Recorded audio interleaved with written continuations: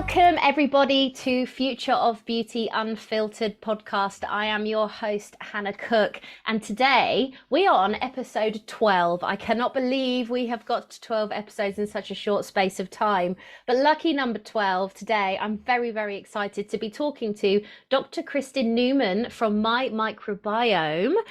Hello, Kristin. Thank you so much for joining us today. Hi, Hannah. So nice to be here, and thank you for inviting me. So happy. Oh, it's my pleasure, my pleasure. So today we're actually going to be talking about the microbiome within the skin. Yes. Now I'm probably going to say things really wrong and silly, but that's the whole point of today is that you can kind of help clarify any of those questions because I definitely know as a consumer, I have microbiome is a word that I think is thrown around a lot in the beauty industry. A lot of brands will be talking about how it has a positive effect somehow on the microbiome of your skin. As a consumer, if I'm really honest with myself, I still not quite 100% sure on what it actually is. So I'm going to, just before we jump into the questions, are you able to explain a little bit about what you do and your background, not just at MyMicrobiome, but how did you even get into this space in the first place? Yeah. I'm a microbiologist by learning, and I was always curious on how life works and about the little tiny things in our bodies. And that's why I studied microbiology. And before I started my microbiome, I was working in a company that was actually working against microbes. We were developing antimicrobial enzymes that would work selectively. And in this work, I saw, because we could selectively tackle the pathogenic microbes and leave the rest alone, the microbiome. And we could see, for example, with wounds, how fast they were suddenly healing, and before they persisted for months or even years. And that was kind of the point where I decided, okay, we have to do something about the topic, about the microbiome, because earlier, it was 2017, there were so many people surrounding me, even scientists, that were not aware of the microbiome and that didn't even know that there was a microbiome on the skin. So that was the starting point for my microbiome. And for those unaware, like me, can you kind of explain what microbiome is and the role that it plays in a person's, not just a person's skin, but actually their overall health? Yeah. So the microbiome, the word itself, it means the genes, all genes of all microbes that live on our body. It's bacteria, mostly bacteria, but also fungi, viruses, also little eukaryotes, little worms you can think of. And it sounds disgusting, but they are here. I was going to say worms, yeah.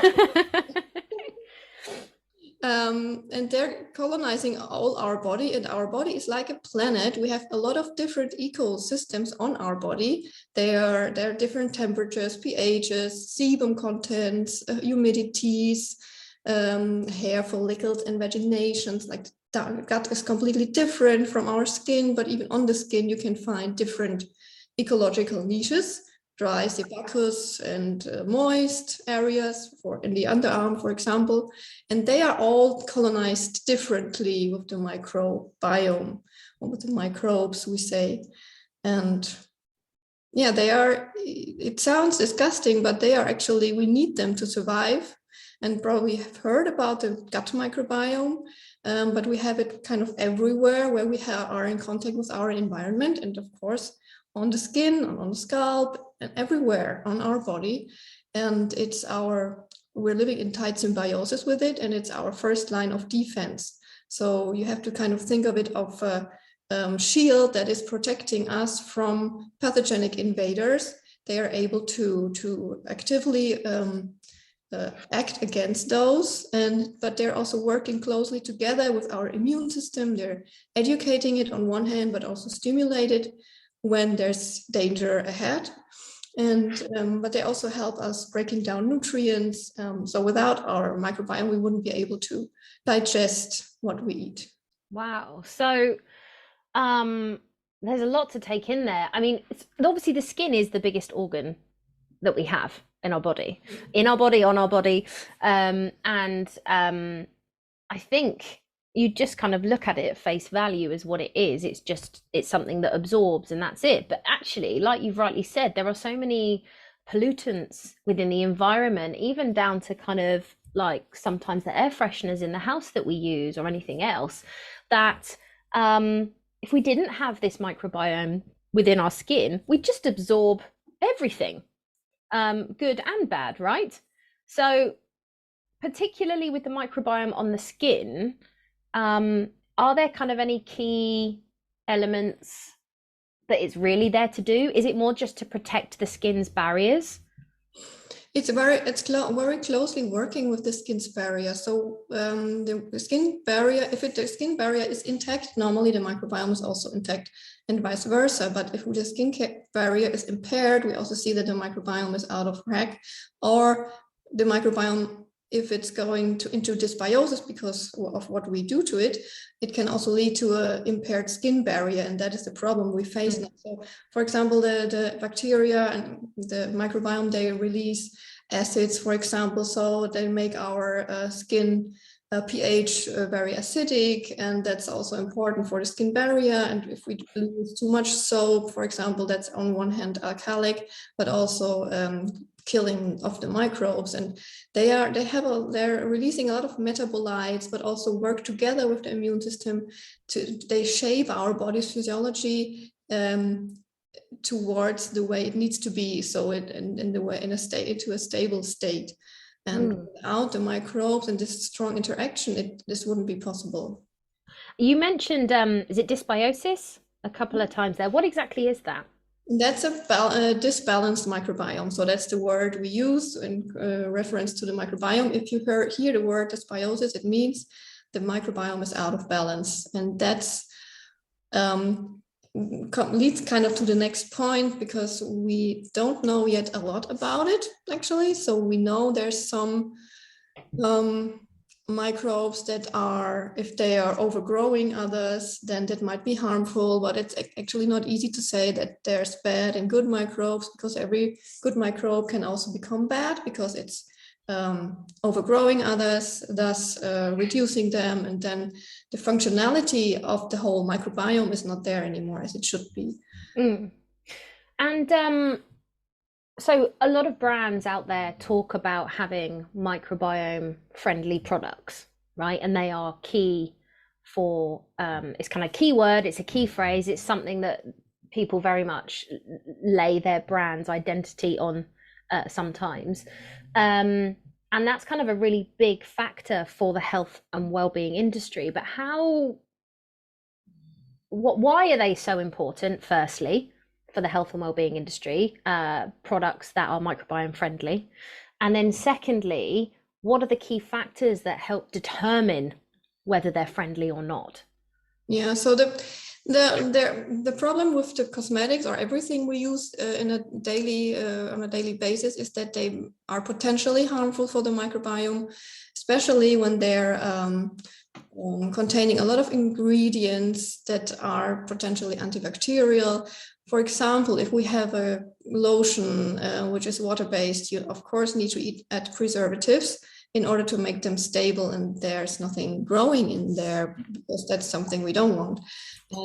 But these preservatives, they can also not only act against microbes in the cream, but also on our skin. It depends, of course. There are products out there that contain preservatives but are still mild, so they really need to be formulated in a very intelligent way.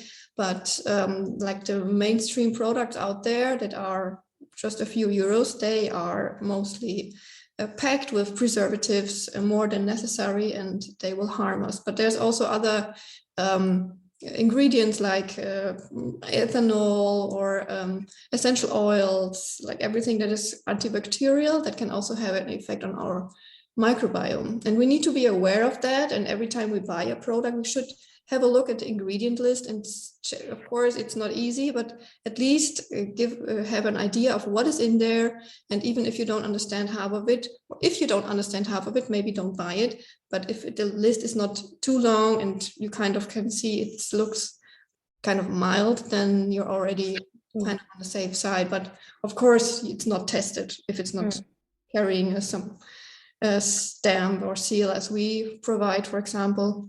So, and this might seem like a silly question, but it's a really obvious one to me, which is why shouldn't we be putting products on our skin that have a load of preservatives in? Yeah, that's a good question, actually. So, well, that's up to everyone.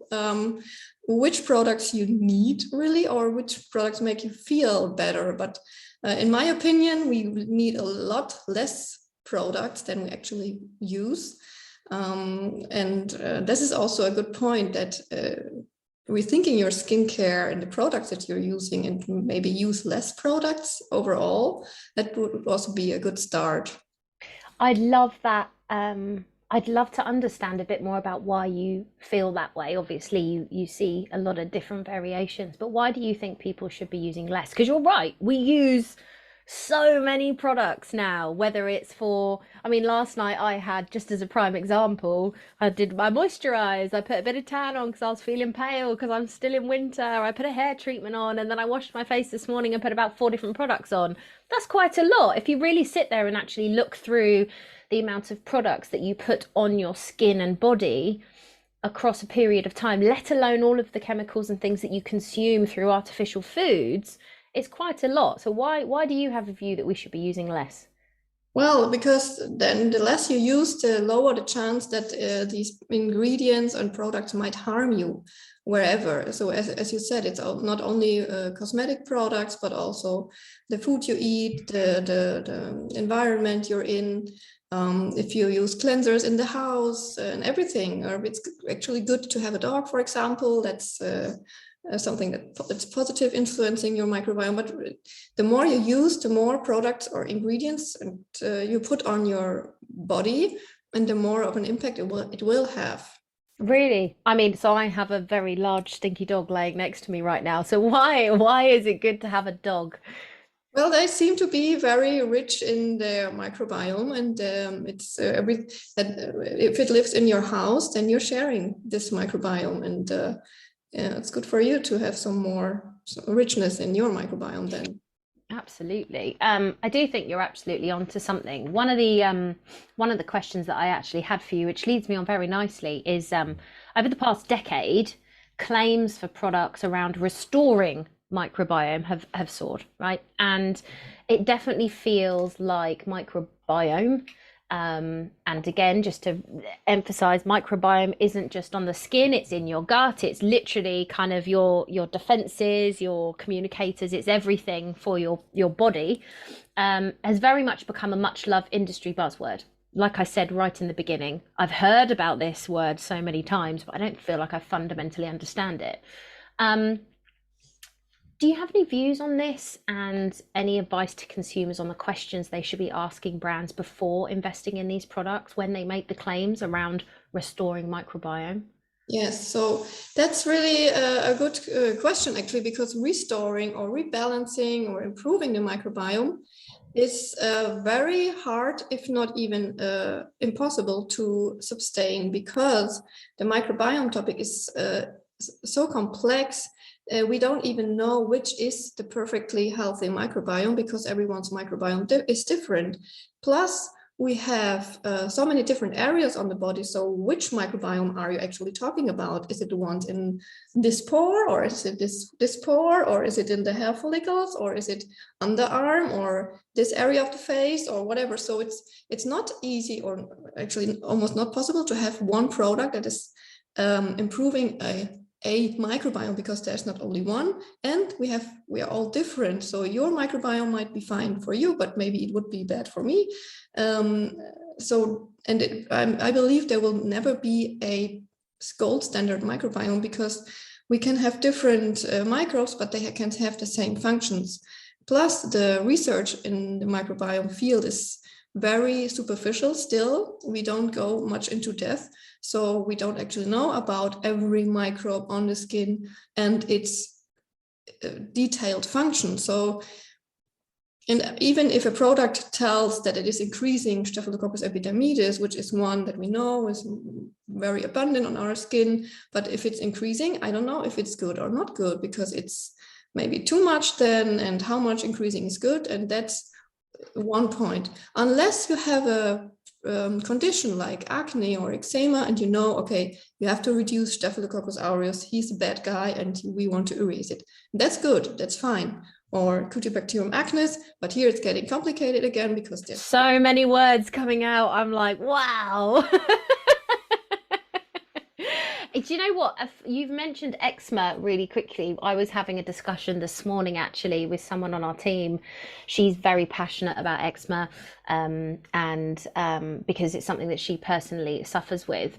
And I think particularly when people should be paying attention to their microbiome are, as you've mentioned, when people actually have issues and something isn't working the way you would expect. So a lot of the time, particularly with like childhood eczema as an example, it can be horrendous. And I mean, I actually know one of my best friends' little boys has, I've heard him in tears from the frustration of itchiness that comes with eczema. And, you know, we had a podcast recently with Sarah Karolidis, who's a nutritionist, and she actually was talking about fish oils and the benefit that has. So again, you're supporting the internal microbiomes, but there are still external ones on the skin. And a lot of the time, GPs in particular are choosing to try and treat those issues with either steroids or, you know, topical ointments. You know, for people that do genuinely have issues like that, what do you think the best approach would be to try and understand where it's going wrong? So that's really difficult, actually, because it's not. So my kids have the same problems here and there, not as bad as you told, but it's really annoying, and you can do whatever. And then so you can start with the nutrition, but also think about what are you applying on the skin. So of course you would not apply to harsh products and only use mild products, and you have to moisturize them. So if you moisturize them, use something that's really, really mild and wouldn't harm the microbiome. But when you say mild, what makes it mild? Like, is it perfume? Is it preservative you've mentioned a few times? You know, I know a lot of people talk about E numbers and things like that. You know, what is it that makes a product mild? Well, if it has really few ingredients only, and the ingredients are known to be non-irritant, and if you're going for a product that is good for sensitive skin, it's already a good way to look at, but not necessarily always good. So if I look in my pharmacy at the products that are in there, it's horrible. I wouldn't buy them. Oh, really? Yeah. Any reason? Because some of them have really long and harsh ingredients list, although they're stating to be mild and good for sensitive skin. So you really have to look at the INCI list. And ideally you would have a product that is called or certified microbiome-friendly.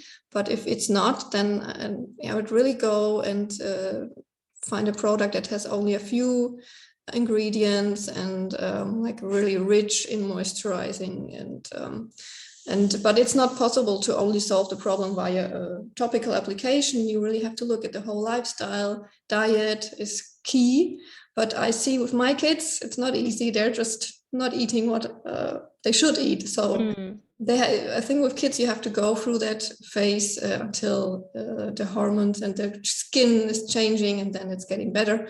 But of course, there are some technologies out there that are specifically tackling Staph aureus. So these might be the future for eczema, at least to relieve the symptoms. Of course, we have our genetics that are also contributing to it. Yeah, absolutely. It's funny, the more people that I speak to in different areas, the more it's glaringly obvious that the success of kind of the beauty and wellness industry is factored around the ability to integrate with a holistic lifestyle, a better lifestyle. And I know that sounds like I'm stating the obvious, right? Live a better lifestyle and you'll have a better life. But we still have issues, even in schools. I mean, I've spoke to so many people about this where, I mean, I was having this debate with my mum actually yesterday, funnily enough. We were ranting about picking schools for my son. And I said, I still, like, I don't use Pythagoras theorem. And I remember losing 2 terms of it at school, understanding it. What I would like to do is see the curriculum teaching people how to cook, you know, nutrition, looking after themselves, as you've mentioned, like what ingredients in life generally should you avoid? And that is a significant challenge, I think, within the industry a lot of the time. Do you see that a lot in kind of the communication? Because obviously you do work with a lot of brands, you know, and you spend a lot of time trying to help people understand where they can make a difference and where their product really is supporting in the right ways. And again, it's transitioned onto my next question, lovely, which is, you know, do you think the industry can do more to help educate its customers on the role of microbiome friendly products within the beauty and wellness category? So I think, yeah, one big problem we see with the brands and the industry is that there's a lot of irritation or confusion around the claim, as around the word microbiome, and then there's a lot of claiming, and then there's certain ingredients they're using to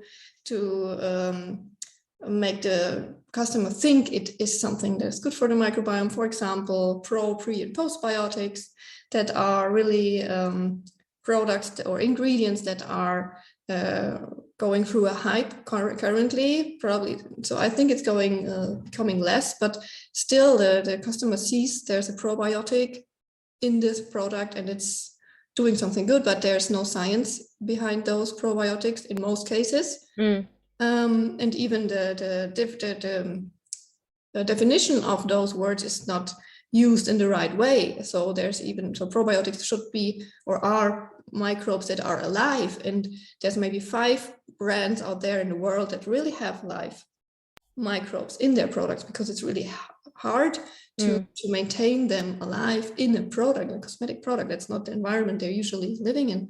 And there are all other products on the market out there, they're just not probiotics, but it's the wrong word they're using. So that's one thing. And then, as we discussed already, with the improvement, rebalancing, restoring the microbiome, and then in most cases you don't see any data behind. So that is something I would give to the customer. If you are interested in a microbiome product, whatever it does to the microbiome, look at the data. And if you find data, that's nice. Of course, you need to understand the data, but in most cases, you don't find data behind the claims. And if you don't find any data, I wouldn't buy the product. Well, it's really interesting that you mentioned that, because so a client of ours, we actually used to work with Simprove, which is obviously a gut-based probiotic. And I would say that microbiome and the phrase has now somehow, through, I guess, time, been more connected to gut. So it's kind of seen as an internal thing. But as you've mentioned, it's not just internal. Actually, there's billions and millions of elements all over our skin. And different products and things that we use interact. One of the things I've always found really interesting, so I take Simprove, and actually it's got to be kept in the fridge. You know, it's got to be looked after in a certain way, consumed at a certain time. It's very prescriptive on when you should take it, how you should take it. And when I follow it correctly, it works, right? But if I don't follow the rules, I definitely notice a difference. And one of the things I learned when I started kind of doing my own research into gut health, is that a lot of these products, particularly in the supermarket, like the milks and things, you know, they're in there, but actually they can't make it through your body's digestion system and everything else. So as soon as it actually enters your body, majority of the bacteria and the microbiomes that are doing good, they don't make it through to the end. And I think that's half the problem, isn't it? Is these kind of, it's not closely regulated at the end result stage. Yes, it is in there at the point of purchase, but actually, is it doing the thing you need it to? I just had a thought while you were talking, actually, which was around the topical side. So we talk about microbiome friendly products. I think gut health is products, you know, like oh gosh, and I can't pick any of them that you can think of. Activia, like all these yogurts and things like that. Everyone's talking about it from that point of view, from consumption. But what about topically? Are there any kind of key products that you should be thinking about? Why would you be why should you be thinking about your microbiome from a topical point of view on your skin? So from my point of view, actually, I wouldn't think about probiotics when thinking about the microbiome, also for the gut, because as you said, there's just a really small amount of products out there on the market with real good data and clinical studies that prove to be working for a specific condition. And the same goes for the skin, or even more, like we have even less data for the skin on this. So when thinking about the microbiome, I would also always go, when looking at the skin, for a product, if I use a product at all. So first of all, think about if you need a product, and if you need one, then it should be mild to the microbiome and not harm it. So it should be microbiome friendly. If you go for the gut, it should be the food you eat, and the richer and more diverse and fresher and less processed it is, the better. So that's how I would think about the microbiome, to not to either nourish it via the gut, because we also have a gut-skin axis, and of course our gut health is reflecting on our skin, and we know that when eating too much crab, our skin also looks bad. So this is also, when you think about your skin microbiome, you should think about what you're eating. Are you drinking enough water? Things like that, the holistic view. Absolutely. One thing that I love about my microbiome is that it actually aims to challenge the current industry standards when it comes to the products that are available. We obviously spoke about where this all kind of originally came from, right? Even the scientists and people that you were working with, it didn't really connect. Can you talk us through how my microbiome, sorry, we're talking about microbiome so much now, how my microbiome is actually bringing clarity to a quite confused and unregulated market? So what are you guys doing that's making the difference? Yeah, so first of all, that's how we started. We create or we give education to the customers with our website. This is still it's very important to us to have education, so the customer is aware of that there is a microbiome, plus that their products in their daily life that they're using and their lifestyle is influencing it. So that's the first thing. And this is, I think, something that we do quite long already, and also our clients are doing a great job, actually. And then, of course, the next thing that we do is that we developed a test that is actually giving you the result, or the idea of how your product is able to harm the microbiome or not. So we give the brands a tool to control their products, if they are microbiome friendly or not, if they are safe for the microbiome. So yeah, we developed this test. We give a certification if the products pass this test, and they can have a seal on their products on their website. And this is something that distinguishes them from everything else that is out there and not having data. And if a company had a product, I'm trying to think of like an example. Let's say it's topical ointment, right? And they want to be able to say that it is microbiome friendly. How would you guys also then make recommendations on, let's say it isn't as friendly as they want it to be, what changes to the formulations would need to be made? Like, or is it a case of pass or fail and go through that process? Because obviously, as you said, everyone's different. Everyone has, so you've got to be as blanket as possible with the most common microbiomes. Yeah. So we do give them advice, because we have tested over 400 products so far, and we have some experience now, and we can tell them, okay, this ingredient might cause problems, and maybe you reduce the concentration here a little bit, or completely kick out this ingredient. So we do that, and this is very often also asked by our clients before they even start the testing. So that is something that is gaining more and more attention in our clients that are approaching us. So sometimes they even approach us before they even launch their skincare, and they want to be sure that what they're launching is microbiome friendly. So they work very close together with us, and we look at their ingredients and give advice how they should proceed. And then, of course, we have to test it. We always, in the end, you have to test if it's really microbiome friendly or not. Mm. Are there any key ingredients that you're seeing consistently skincare brands in particular should just avoid? Well, the biggest influence we see actually are surfactants. Surfactants that in washes or shampoos are the biggest issues on our microbes. And it's really not easy to develop a wash or shampoo which is microbiome friendly.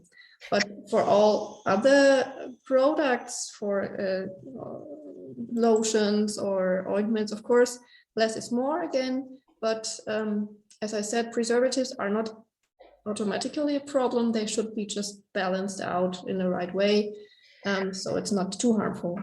And just for anyone that's curious, what is a surfactant?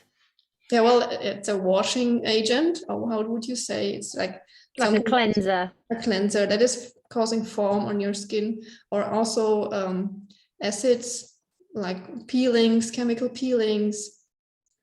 This is something that you actually shouldn't do if you think about the microbiome, because peeling is on one hand harming the microbes, and on the other hand removing all the dead skin cells on your skin, which is actually food for your microbiome. So, but I understand why you want to do it. I also did this because your skin looks really good afterwards, but it's actually it's naked. You removed everything, and that's why it looks like new and fresh, but you actually took away all the protection from your skin. Wow. So, I mean, even things like, it's really interesting that you said that. I'm just thinking out loud here of, I think acid exfoliants, serums, even kind of the kind of granular type salt-based exfoliants and things like that, they've definitely kicked off more than ever before. I think people are always trying to kind of remove that dead layer of skin in dermaplaning, microblading, all these different techniques on how to remove this face fuzz, they call it the peach fuzz, and the skin and everything else. But actually, are we just taking away the food for the bacteria in our body? Yeah, and the protection of our skin. So it's not there just because we have to remove it, but it should stay there. Oh gosh, that's a whole new way of thinking. I don't know if I could do that. Right. I'm not doing it anymore. And if you do it, like just maybe once a month should be enough. So when you first started kind of learning about all this stuff, how did it change your own routines?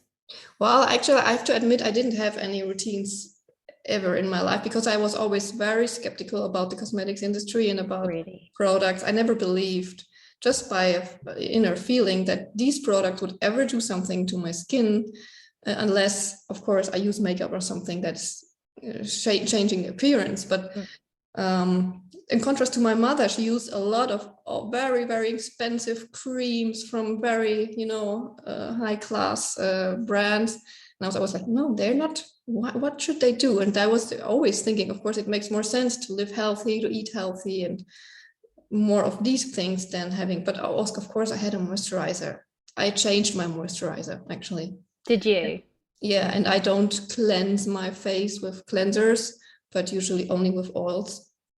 Oils. Wow. So like essential oils, like a lavender oil, or is it what kind No, of thing? more mild oil, like what did I use? Just jojoba oil, for example.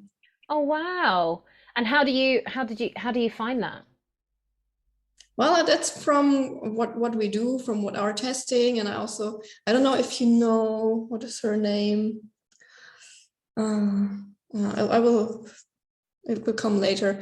Some beauty blogger. She's kind of also attacking the beauty industry. That actually we don't need all this stuff. She's Jennifer. What is her name? I'll send it over later. Yeah, okay. And so what's she She saying? recommended jojoba oil, for example, and manuka honey. I'll send over the name later. And how do you find it? It was actually, she was working together with one of our clients, Crude, in the States. Crude was the first company we certified a wash from, and their wash is only oil-based. and it's cleansing via like a oily appearance, oily, milky kind of. Mm-hmm. And it's completely microbiome friendly, also on baby skin or baby microbes. And they were working with her, Jennifer. Is it Jennifer Raincloud? No, she's from the US as well. Oh, see, we got loads of people we're chatting about now. To be fair, I have to say there are a lot of celebrities speaking out at the moment about being very anti-cleanser. I know people like, who are typically always well known for the kind of that youthful skin, like Jennifer Jessica Lopez. Defino. What was it? Sorry, Jessica Defino. Jessica Defino. Okay, and what's she been? So she's basically really anti. She's very on skin health and kind of challenging the beauty industry. She's a journalist and writes blogs about what we actually do to our bodies with the Wow. products and procedures. Amazing. Well, there we go. We've got to try some new oils now as cleansers instead. I know that macadamia oil is something that is used quite a lot in a lot of products, so that's a really interesting one. Okay, a little bit of a technical question now. I'm hoping I'm going to say this right. Is it vitro? In vitro, yeah. Yeah. Can you explain the role of in vitro in your testing process, and obviously maybe start with what it actually is? So there's usually one is talking about in vitro, in vivo, and ex vivo. So in vitro means that everything that is tested, no matter what, is in the laboratory, and it is with us, the bacteria we're working with are cultivated in the lab. We're not. They were once isolated from somewhere or someone, and then they were stored in a data, in a strain bank, and then you can always take the same strain and work with it, or for cell lines the same. If you go in vivo, you do everything on either humans or animals, that is in real life kind of. And ex vivo is that you take a sample from a live, either animal or human, and then test something in the lab. And so we do in vitro because we, as a certification, we need to do everything in a standardized way. So we always have to test with the same strains, with the same bacteria and fungi. And if we would do this in vivo, we could not be able to standardize it, because everyone we would test on would be different. For every test we make, we cannot compare product to product. And as I said, the microbiome is very complex. Even if I see something that is developing or changing in the microbiome, I wouldn't know if it's a good thing or not, or if it's microbiome friendly or not microbiome friendly, like this. And if you want to really have like a good database and really meaningful outcomes, you would have to test a lot of participants and over a long time to really get an idea. And that's why everything we do is in vitro. It's a standardized way. And that's actually the area that I'm coming from, because we tested antibacterials also in that way. And that's how you look at substances, if they have an effect on certain microbes or not. And that's the most direct way how to see if the microbes on your skin are being harmed by the products that we test. I guess as well, it actually allows for that kind of stamp of, yes, everything is as friendly as it can be, because it's the closest you're going to get to that apples for apples comparison when you're looking at ingredients rather than outcomes. I guess because that's a lot of it, isn't it? Because everyone's microbiomes are so different, and like your fingerprints, very much custom to you. You can only base it on the ingredients that are being used, and the impact it will have on the microbiomes when it's all kind of together like a cocktail, right? Yeah, right. Yeah. So obviously, we understand that the core focus for my microbiome has predominantly been within the cosmetics industry, but it actually has long-term aspirations to test and certify products across a range of categories, right? Because as we've spoke about today, microbiome isn't just skin. it's inside, it's outside. So, supplements, foods for gut claims, and also textiles. So again, eczema is a prime example, triggered quite often by the clothes that you're wearing. Yeah. Tell me a bit more about this, because I love this. I want to hear more. Yeah, so we just recently launched our textiles certification because, as you said, and one of our co-founder Tanya, she has very sensitive skin, and she has some clothes that she cannot wear because she's getting breakouts from that. So it's really also textiles. We're wearing it the whole day, and especially underwear or baby clothes, but also bed linen. Will have an effect on our skin's microbiome. So we're testing this now as well. We see that actually almost every textile has some influence on the microbes in this or that direction. But we also test female, or not female, but hygiene products. But we are now working with a company that is a pioneer with tampons. They made it completely from algae, and they wanted to be microbiome friendly. They're also from Germany. Yeah, so that's a nice area. Like the female health is also something that is very interesting currently. It's interesting as well. I think when you reference specifically female health, we talk about this a lot on the podcast. And it's not that we don't care about you guys, men. We love men's health, but I think women's health in particular, there are so many stages. Our hormones change a lot more throughout a month. Not forget a lifetime. Throughout a month, our hormones change massively, and obviously that is impacted by everything else within our body, the sensitivities in our skin, inside and outside, our hair, our nails, everything. So I think intimate health, algae and tampons, I don't know how I feel about that. It sounds very strange. Where do you know where that kind of concept has come from? I think it's also from kind of the waste aspect and being ocean friendly, but also having like algae is also gaining momentum in the cosmetics industry. There's a lot of algae ingredients for cosmetics as well. So, and it's a source that is easily growable in the like big containers in fermenters. So yeah, I think algae is a great natural source for different products. Are there any other key ingredients that kind of spring to mind when you're thinking about what's up and coming in the industry? I know, I mean, I saw something on mushrooms the other day. Yeah.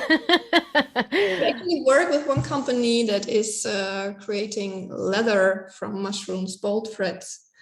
But they also have other products, and yeah, that's something that is really it's not yet completely mainstream, but they're working with big companies like Adidas and Stella McCartney. Wow. They're cool, yeah. I mean, there's so much out there at the moment, isn't there?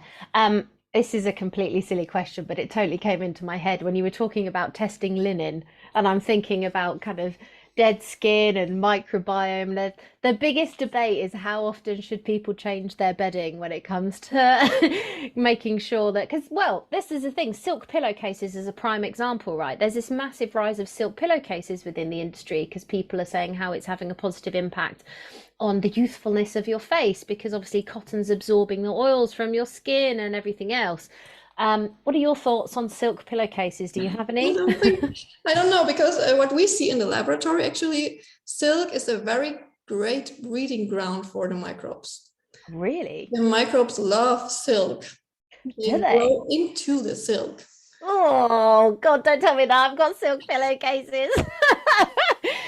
Oh, I guess you want that though, right? Because they're everywhere.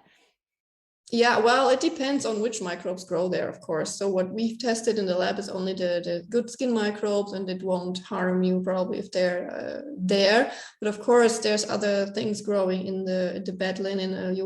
There's these little mites, like you don't want them too much in your bed. So I would change them like every 2 weeks or so. But then you should think about the detergents that you're using to wash it, because then this detergent will remain on the bed sheets for at some concentration, and then you will be again in contact with that is also harming your microbiome again.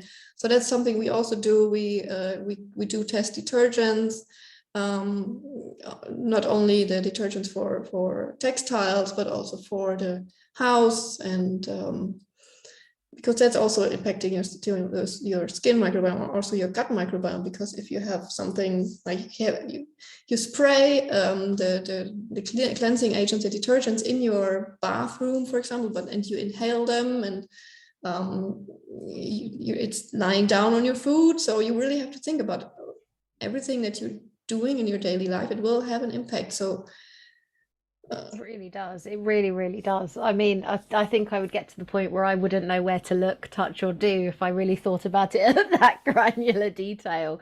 But it is. Supplements in particular, I think. So obviously you've mentioned that that's an area that you want to work in. And as we spoke about the whole way through, gut health, I do feel like the industry's done a really good job at aligning microbiomes with gut health, and that's kind of it. But there's so many more things past gut health in the supplement space. What kind of things would you test, or are you kind of looking at doing within the supplements? So like collagens, is it kind of that far, or is it more gut health based? well, if you want to look at the microbiome, I don't know if collagens make sense, but there's a big trend arising for nutri-cosmetics, in digestible cosmetics kind of, and that is again going via the gut on the skin. So that's kind of supplements for the gut, and that would reflect on the skin. So that is one topic, but everything around supplements and through the gut and then reflecting on the skin, that's really, really complex. And I mean, nutri-cosmetics is a really interesting one, obviously, because a lot of the time the instant assumption is it's gonna kind of be the core ingredients that support good skin, hair, and nails, right? yeah. But there's so much more in that. Well, it's easy for a customer to take a pill and that's it, Then, and I think that's still what the people want, and that's a problem, because it's not only the pill. You need to look at the whole way of living. You need to eat healthy and have a good lifestyle that allows a healthy overall body, and then your skin will also look good. And then these pills might have an effect, but probably you don't even need them if you have a healthy overall lifestyle. And then, of course, you again have to look at the data behind those pills. I don't know if there's a lot of data out there that are really correlating the gut and the skin and what is really happening there. But this is something we would do with the certification for supplements. We would look at the data that are available and see if it's really meaningful. And then those that are meaningful, that have good data, they would get the certification, and then they can again be distinguished from those that don't have good data.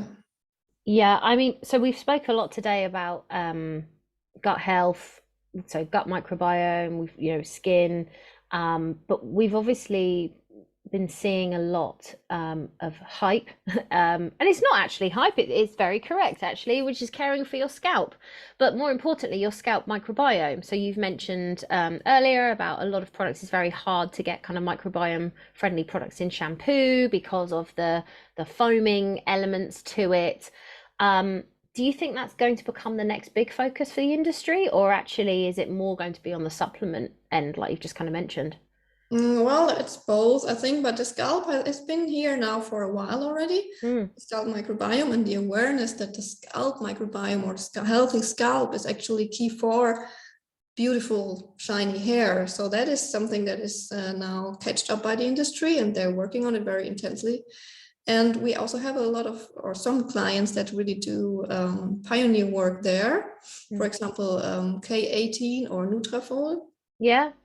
Yeah, and they are really focusing on scalp health and on the molecular structures of it. Yeah. Is there anything in particular that you've learned kind of working with K18 or any of your other clients around scalp health that is a bit of a no-brainer that people should be doing?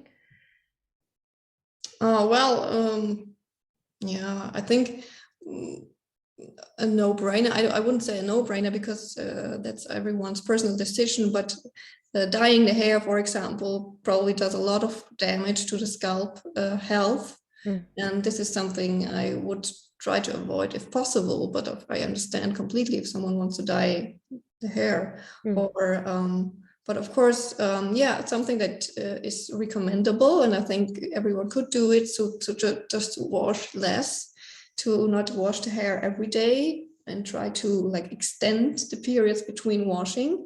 And it's some kind of hard work because you have to go through a period of oily hair, but then it's getting better. So this is something I would recommend for a healthy scalp, to use less products. And yeah, and I learned something from with Nutrafol, because they have a lot of science for alopecia, and they have ingestibles, but also now shampoos and serums and so on. And also alopecia is very related to the microbiome, and you could Alopecia.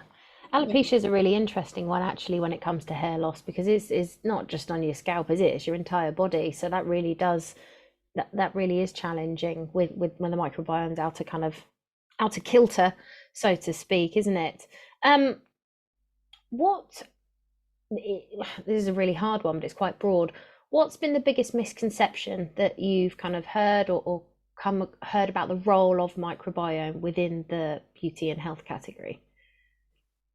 Well, yeah, that's actually a tricky question. So I think that we already discussed this, is that the overclaiming is the biggest misconception in my eyes, that claims are out there based on either some specific ingredients, because they seem to do something on the microbiome, or to adjust only the pH, or just use less of ingredients and then claim to do something without having real data behind it.